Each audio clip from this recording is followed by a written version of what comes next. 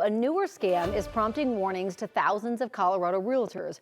Realtors get messages from potential homebuyers, but they're really scammers looking for personal information. 90's real estate expert Lane Lyon is live with us this morning to explain. Lane is a realtor and managing broker at Coldwell Banker. Thanks for coming in. Hey, good morning. Thanks for having me on about this. Okay, so this is a scam that involves people looking for a meeting on Zoom, right? They use Zoom, and that's kind of the red flag in all of this, but it really comes after what seems like a perfectly normal conversation. I received one of these messages recently from a woman who said she wanted to move to Arvada with her husband. In fact, I brought a screenshot of that email to show you.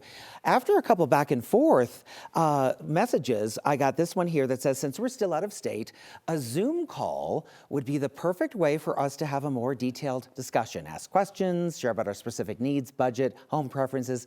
Seems completely innocent. Right.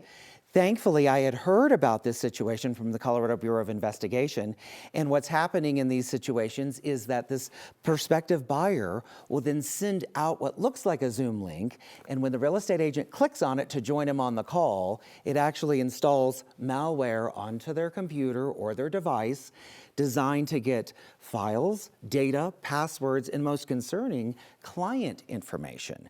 So it really is a pretty big deal. That is very scary. Now, we were kind of talking about this on the commercial break. Talk a little bit about them capturing the realtor's voice and likeness as well. Yeah, this is kind of the scary part for me, Corey, actually, because we're hearing actually in other parts of the country that these Zoom meetings are also being used to capture voice, likeness for alleged AI fraud schemes, pretending to be someone. So it really is something serious. In fact, the Colorado Association of Realtors put out a warning over the weekend.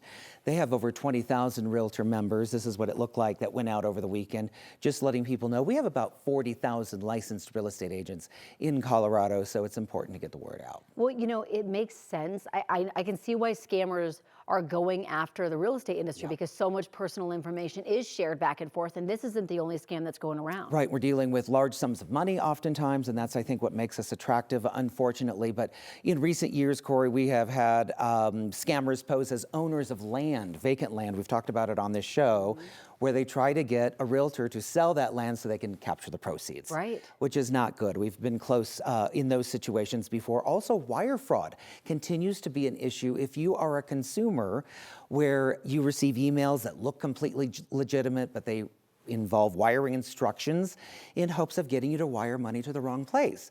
That's scary because we're talking about hundreds of thousands of dollars in these situations potentially at risk.